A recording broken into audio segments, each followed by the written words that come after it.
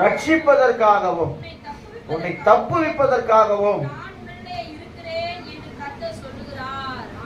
யார் சொல்றது? கர்த்தர். உன்னை வெண்கல அலங்கமா மாத்துறதில்ல, உன்னை ரட்சிப்பதற்காகவும் உன்னை தப்புவிப்பதற்காகவும் நான் உன் கூட இருக்க சொல்லி கர்த்தர் சொல்றேன். அப்ப என்ன செய்யுங்க, ஆண்டவருடைய ஆலயத்தை பார்க்கும்போது ஒரு சந்தோஷம் வரட்டும். எப்படா ஞாயிற்றுக்கிழமை வரும்போது, எப்படா கர்த்தருடைய ஆலயத்துக்கு போக போறோம், எப்படா நம்ம ஆண்டவரை ஆராதிக்க போறோம், எப்போடைய மகிமையை பார்க்க போகிறோம், எப்போடைய வல்லமையை பெற்றுக்கொள்ள போகிறோம், எப்போ ஆண்டவர் கொடுக்கிற வரங்களை பெற்றுக்கொள்ள போகிறோம் என்று சொல்லி அந்த விசுவாசம் உனக்குள்ள இருந்தா ஞாயிற்றுக்கிழமை தூக்கம் வராது. இல்லையா? 9 மணிக்கு வந்து 15 வந்து உட்கார மாட்டேன், தைரியமா வந்து உட்காருவேன். அல்லது 8 மணிக்கெல்லாம் வந்துருவேன், 7:30 வந்து உட்காந்துருவேன். அல்லது 7:30 வந்து ஸ்தோத்திரம் பண்ணிடுவேன். சோத்திரம் சோத்திரம் சோத்திரம் சோத்திரம் சோத்திரம், ஆண்டவரை கொண்டு வரோம், சோத்திரம் சோத்திரம் சோத்திரம் சோத்திரம் சோத்திரம்.